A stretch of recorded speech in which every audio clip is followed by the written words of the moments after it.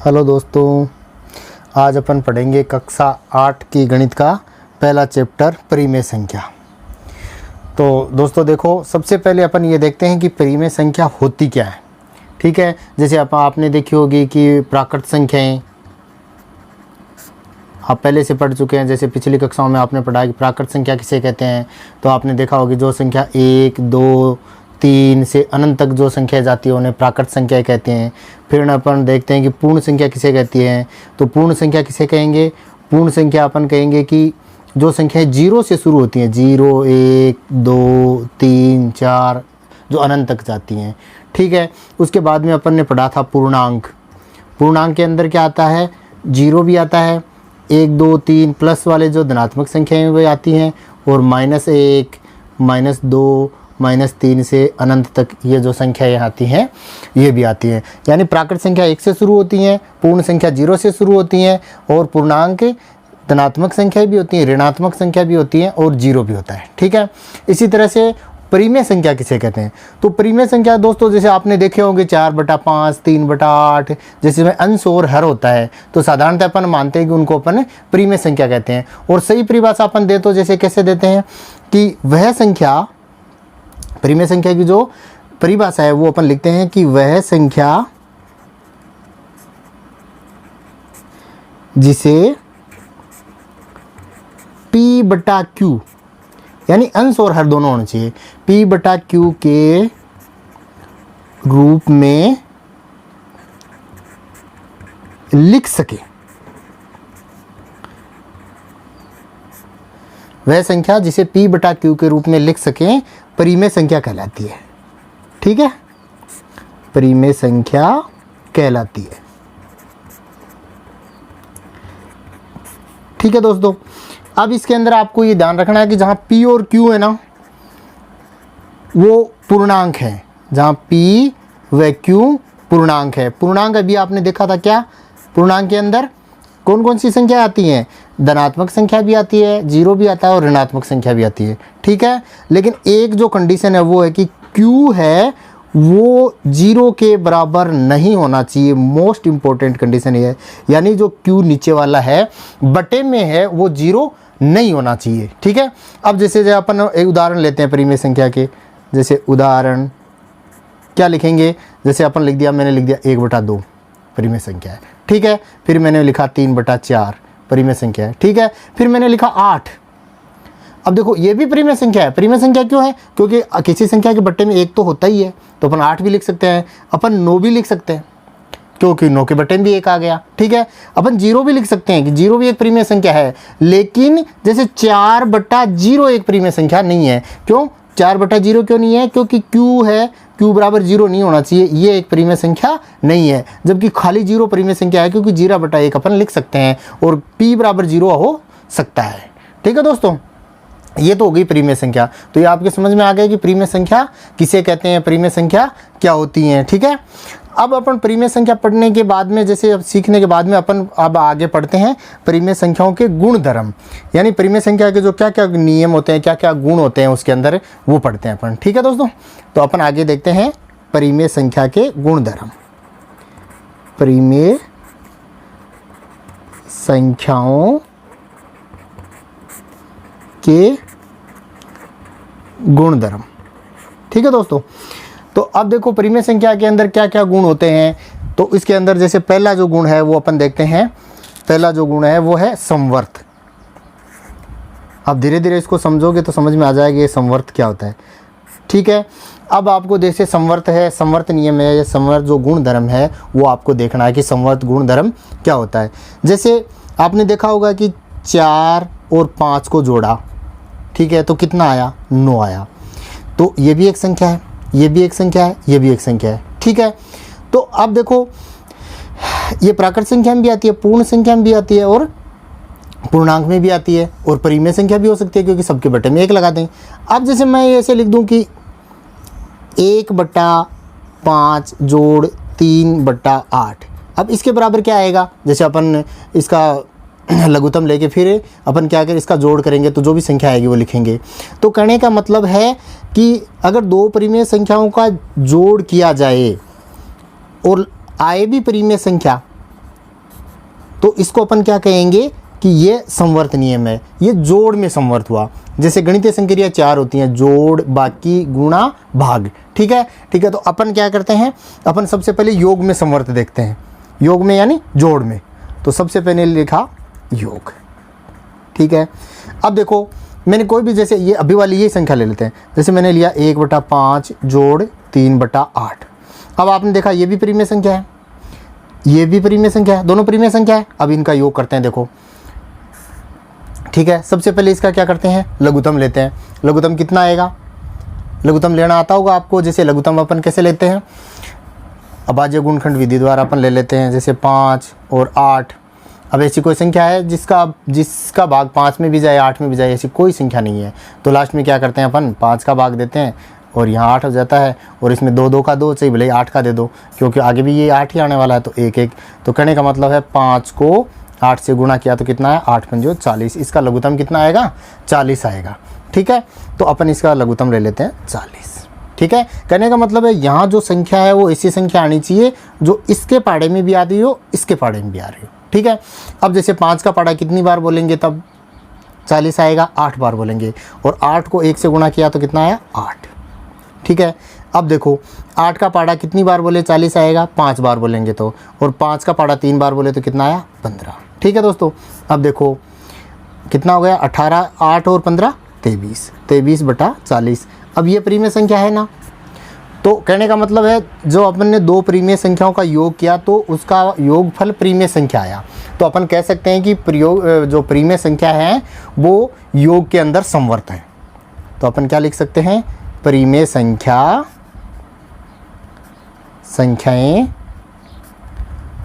योग में संवर्त हैं।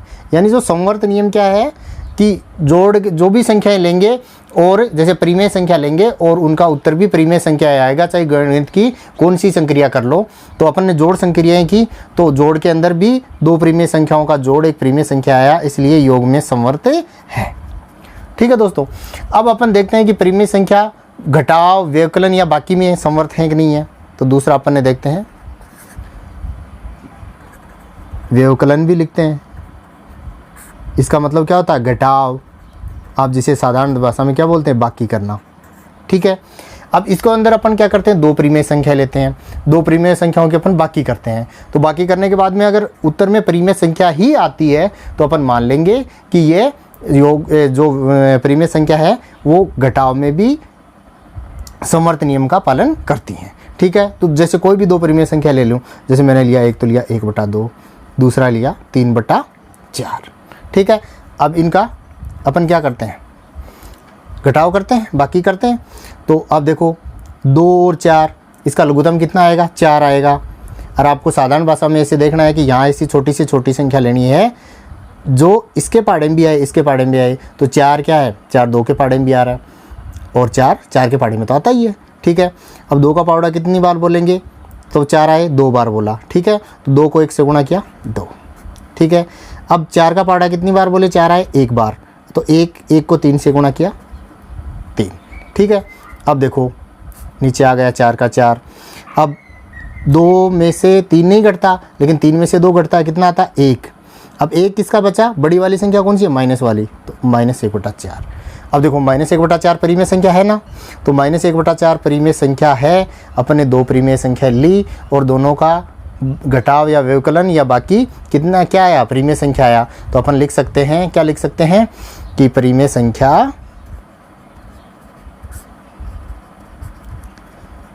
संख्याएं घटाव में या व्यवकलन में संवर्त हैं या संवर्त नियम का पालन करती हैं, नियम का पालन करती हैं। ठीक है दोस्तों, अब अपन आगे लेते हैं गुणा। अब अपन लेते हैं गुणा कि जो परिमेय संख्याएं हैं वो गुणा में संवर्त नियम का पालन करती हैं कि नहीं करती हैं। गुणा या गुणनफल।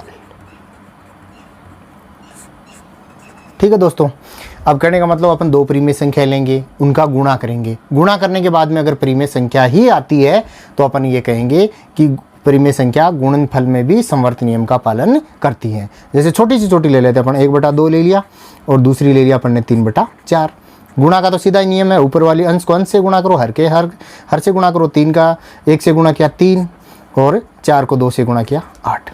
अब देखो ये अपन ने परिमेय संख्या ली, ये परिमेय संख्या ली और ये परिमेय संख्या आ गई। तो कहने का मतलब क्या हुआ कि परिमेय संख्याएं हैं, परिमेय संख्याएं गुणनफल में समवर्त हैं या समवर्त नियम का पालन करती है। ठीक है दोस्तों, अब देखो इसमें अपन जीरो भी लेके देख सकते हैं। एक जैसे मैं एक संख्या और लेता हूं, 1/2 गुणा 0। ठीक है, अब जैसे आप जानते हो किसी संख्या को 0 से गुणा करते हैं तो 0 ही आता है। फिर अगर इसमें हंस और हर में अपन लिखें तो 0 के बटा में अपन 1 लिख सकते हैं।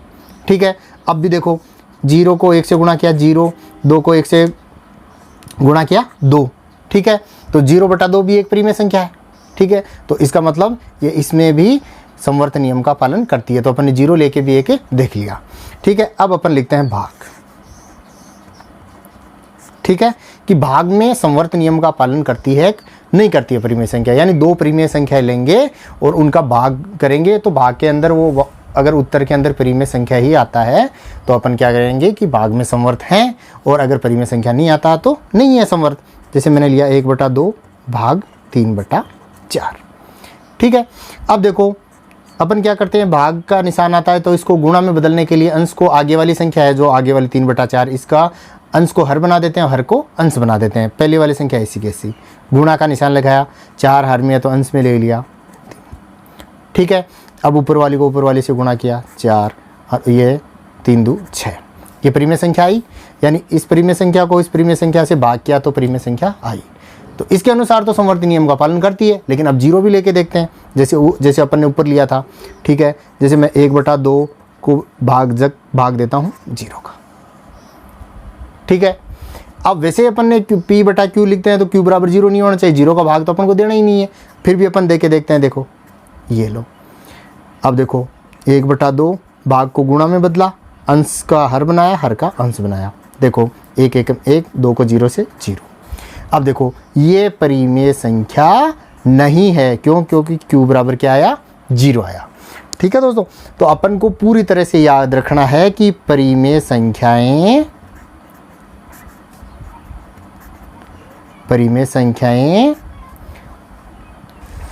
भाग में समवर्त नहीं होती हैं,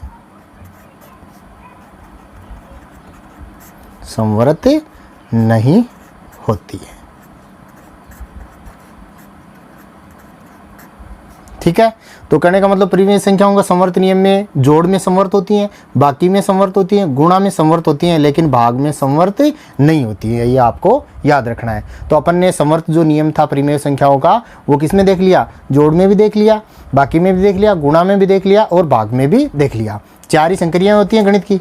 ठीक है, अब इसका जो दूसरा गुण है परिमेय संख्याओं का, वो दूसरा गुण देखते हैं। ठीक है, तो दूसरा गुण लेते हैं क्रम विनिमयता। दूसरा गुण कौन सा लेते हैं, क्रम विनिमयता। क्रम विनिमयता।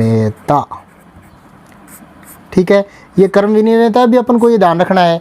क्या ध्यान रखना है कि ये भी जोड़ में भी देखना है, बाकी में भी देखना है, गुणा में भी देखना है और भाग के अंदर भी अपन को देखना है।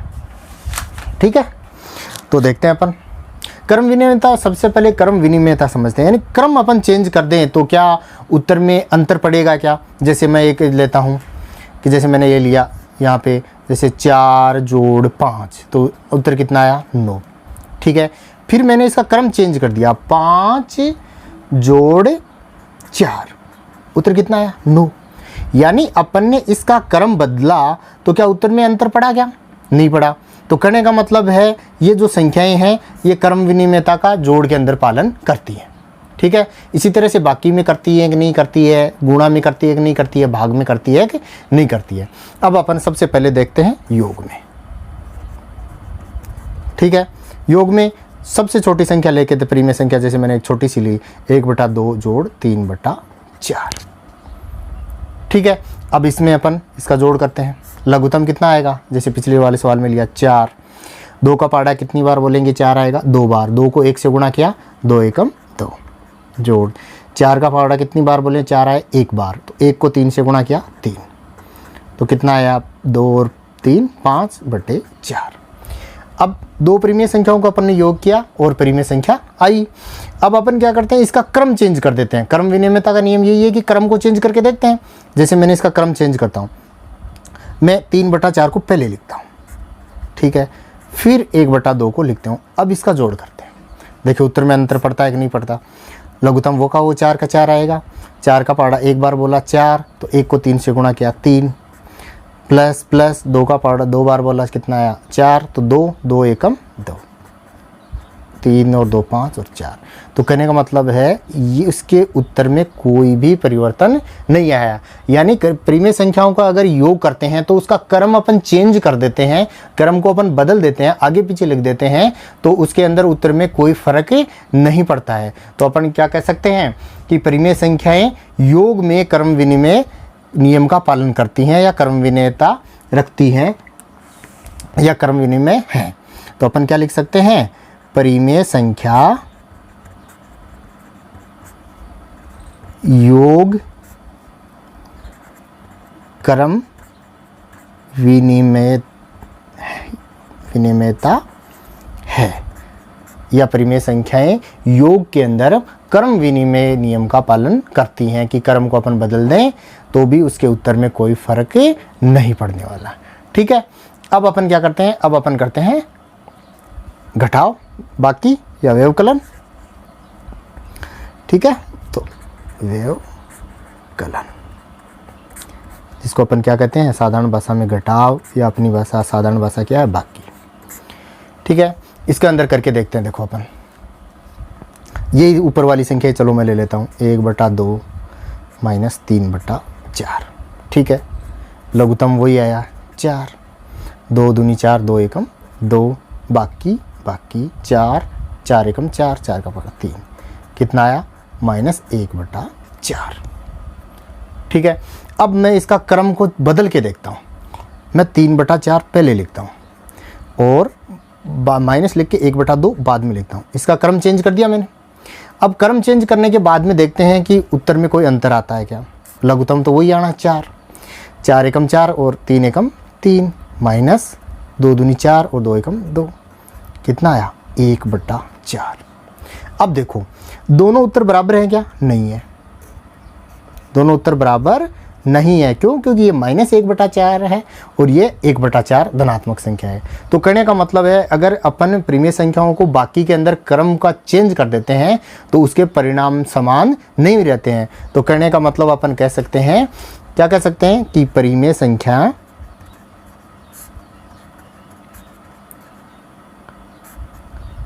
व्यवकलन में या घटाव में क्रम विनिमय नहीं होती है। ठीक है दोस्तों, ये शुरू के अंदर अपन ये नियमों को समझ लेंगे। नियमों को समझने के बाद में अपन आगे एक्सरसाइज हल करेंगे। ठीक है दोस्तों, तो अपन ने देख लिया, जोड़ देख लिया, बाकी देख लिया। अब अपन देखते हैं गुणा।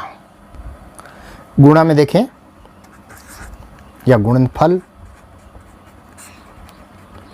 अपन दो परिमेय संख्याएं लेंगे, उनका गुणनफल करेंगे, गुणा करेंगे और उसका फिर क्रम बदलेंगे।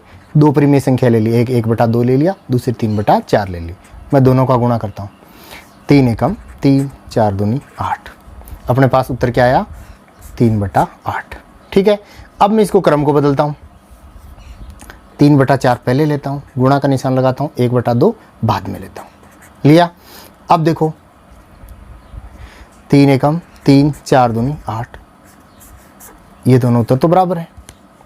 तो कहने का मतलब क्या हुआ कि अगर अपन परिमेय संख्याओं का गुणा की जो क्रिया करते हैं, गुणा जो संक्रिया करते हैं, उसके अंदर अपन अगर संख्याओं का क्रम चेंज कर दें तो उत्तर में कोई फर्क नहीं पड़ने वाला है। यानी परिमेय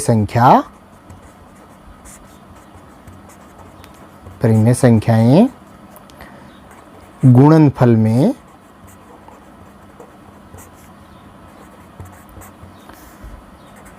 क्रम विनिमयता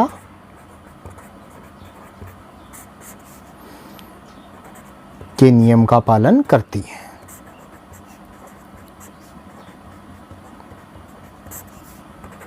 करती है, ठीक है। अब जोड़ देख लिया, गुणा देख लिया, जोड़ देख लिया, बाकी देख लिया, गुणा देख लिया था। अब अपन देखते हैं भाग। डी नंबर पर अपन क्या देखते हैं, भाग। अब देखो दोस्तों, दो संख्याएं लेंगे प्रीमेय संख्या, उनका भाग करेंगे। उत्तर अगर एक जैसा आता है तो ठीक है, नहीं आता है तो नहीं, वो क्रम विनिमयता का नियम पालन नहीं होगा। अब जैसे वही संख्या ले लेते हैं, 1/2 भाग 3/4। इसको हल कैसे करते हैं, अपन इसको निशान को गुणा में बदलते हैं और आगे वाली संख्या को अंश को हर लिखते हैं, हर को अंश लिखते हैं। तो मैंने लिख दिया 1/2, 4 ऊपर आ गया, 3 नीचे आ गया, ठीक है। अब देखो 4 एकम 4, 3 दूनी 6, अपना उत्तर आया 4/6। अब इसको क्रम को चेंज कर देते हैं, 3/4 को पहले लिख दिया, फिर भाग का निशान लगाया, फिर 1/2। तो ये तो आप जानते हो, पहले भाग 3/4 का दे रहे थे, अब 1/2 का दे रहे हैं, तो संख्या में तो परिवर्तन आना है उत्तर में। फिर भी अपन करके देखते हैं। ये 3/4 लिख दिया, भाग के निशान को क्या करेंगे, गुणा में बदलेंगे। आगे वाली संख्या को अंश को हर की जगह लिखेंगे, हर को अंश की जगह लिखेंगे। फिर देखो 3 दूनी 6 और 4 दूनी 4 एकम 4, ठीक है दोस्तों। अब देखो इसका उत्तर आया 4/6 और इसका आया 6/4। तो ये उत्तर तो दोनों बराबर नहीं है। तो अपन लिख सकते हैं कि परिमेय संख्याएं होती हैं संख्या भाग में क्रम विनिमय नहीं होती हैं।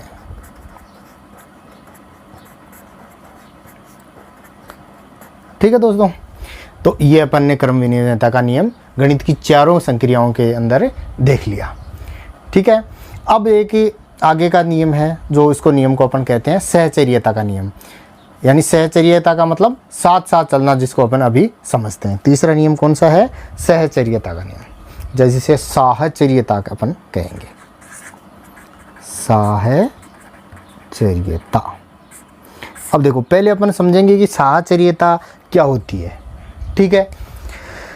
पहले अपन ने अब तक अपन ने 2-2 संख्याएं ली थी, अब अपन 3-3 परिमेय संख्या लेंगे और उसके अंदर साहचर्यता देखेंगे।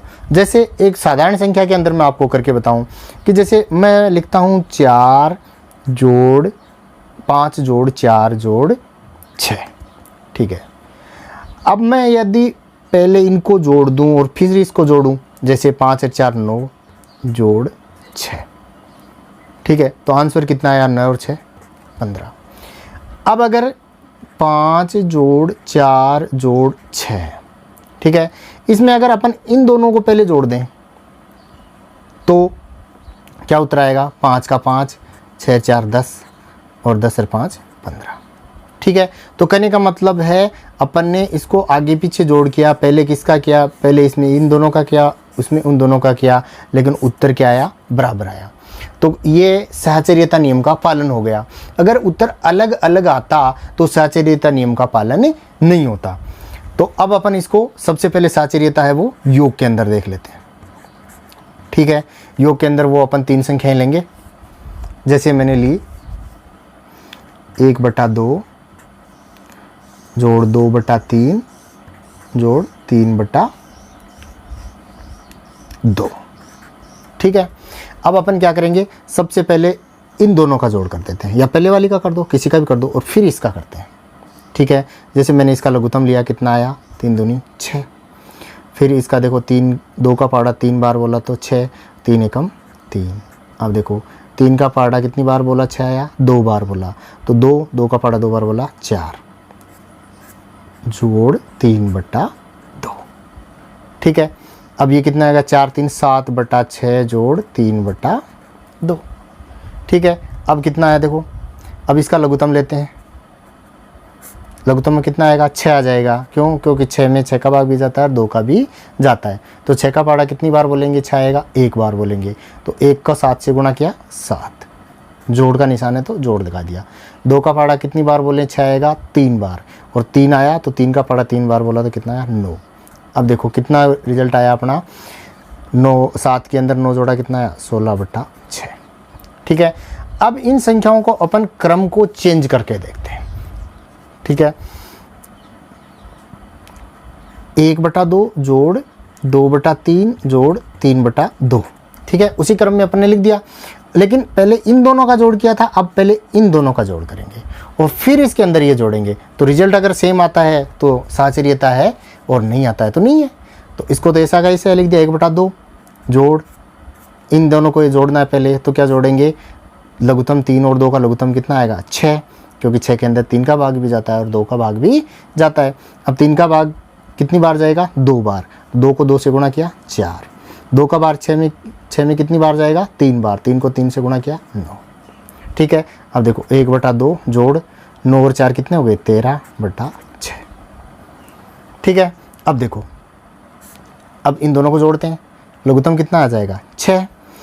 2 का पाड़ा कितनी बार बोले 6 आएगा 3 बार, 3 का पाड़ा एक बार बोला 3, 6 का पाड़ा एक बार बोलते 6, तो 13 का पाड़ा एक बार बोला 13, कितना आया 16/6। यानी ये उत्तर और ये उत्तर बराबर है। तो अपन कह सकते हैं, क्या कह सकते हैं कि परिमेय संख्याएं हैं वो योग के अंदर साहचर्यता है।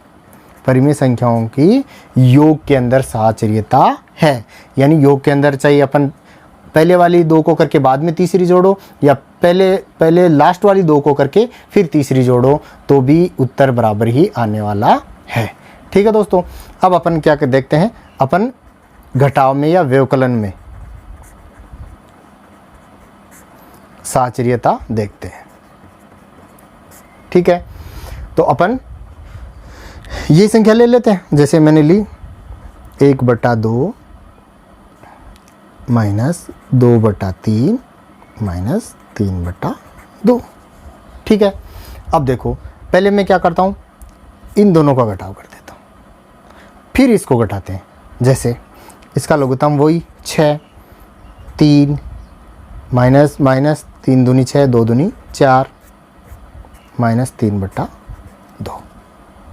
ठीक है, अब देखो कितना आया -1/6 माइनस 3/2। ठीक है, अब देखो इनका करते हैं, लघुत्तम कितना आएगा 6, तो 6 का पाड़ा एक बार बोला 6, 1 एकम 1 माइनस 2 का पाड़ा 3 बार बोला 6 और 3 तरी 9, तो कितना आया -10/6। इन दोनों का अपन ने पहले किया तो उत्तर आया -10/6। अब अपन इसको चेंज करते हैं, पहले अपन इन दोनों का घटाव करते हैं और फिर पहली संख्या में से घटाते हैं। लेते हैं 1/2 माइनस 2/3 माइनस 3/2। अब पहले इन दोनों को किया था, अब इन दोनों को करते हैं बाद वाली को। ठीक है, 1/2 ऐसा कैसा माइनस लघुत्तम कितना आया 6, 3 का पाड़ा 2 बार बोला 2, 2 दूनी 4, 2 का पाड़ा 3 बोला 6, 3 तरी 9। ठीक है, अब देखो आगे कितना आया 1/2, ये आ गया माइनस का माइनस। अब देखो इसके अंदर अपन क्या करेंगे, 9 में से 4 घटाएंगे, कितने बचेंगे 5, और किसके माइनस के, तो -5/6। ठीक है, अब देखो अब माइनस के निशान एक साथ होते हैं, तो अपन जो कोष्टक खोलते हैं तो माइनस माइनस संक्रिया करके क्या हो जाते हैं प्लस, यानी माइनस माइनस लड़ाई करके प्लस बन जाते हैं। और अपन लिखेंगे इसको 1/2 माइनस माइनस प्लस 5/6। अब देखो लघुत्तम कितना आया 6, 3 बार गया भाग 3 एकम 3, 6 का भाग एक बार गया 5 एकम 5, तो कितना आया 5 और 3 8/6। अब देखो यहाँ उत्तर आया अपना 8/6। ठीक है, और यहाँ उत्तर आया था -10/6। तो क्या ये उत्तर बराबर है, क्या नहीं है बराबर। तो कहने का मतलब होता है जो घटाव होता है, व्यवकलन होता है, उसमें परिमेय संख्याओं का अगर अपन घटाव करते हैं तो उसमें साहचर्यता नहीं होती है। ठीक है दोस्तों, अब अपन आगे अगले वाले वीडियो के अंदर कुछ नियम पढ़ेंगे और फिर अपन प्रश्नावली एक्सरसाइज 1.1 के फिर 1.2 के सभी प्रश्नों के हल करेंगे। अगर आपको वीडियो पसंद आया है और आप लगातार गणित पढ़ना चाहते हैं तो मेरे चैनल को सब्सक्राइब करें, लाइक करें, शेयर करें। धन्यवाद।